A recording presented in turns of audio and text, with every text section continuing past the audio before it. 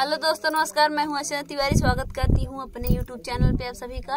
और हम पगली पगला मिलके बहुत ही प्यारा कजरी गीत सुनाने जा रहे हैं। कैसे लगेगा कमेंट में जरूर बताना।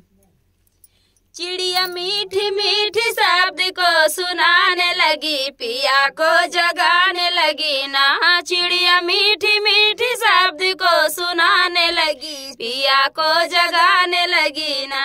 आए पिया जी हमारे अपने बहिनी के साथ, आए पिया जी हमारे अपने बहिनी के साथ।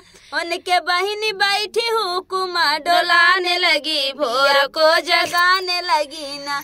उनके बहिनी बैठे हुकुम डोलाने लगी, पिया को जगाने लगी ना।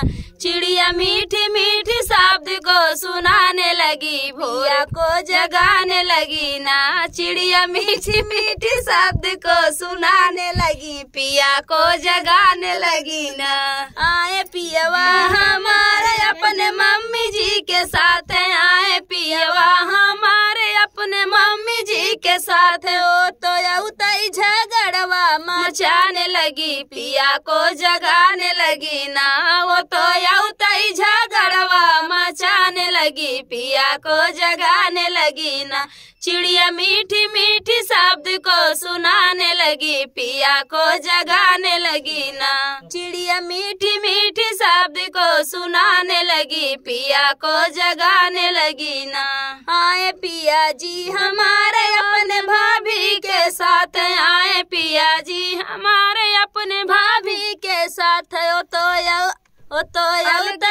गौजी कराने लगी, पिया को जगाने लगी ना। वो तो गौजी कराने लगी, पिया को जगाने लगी ना।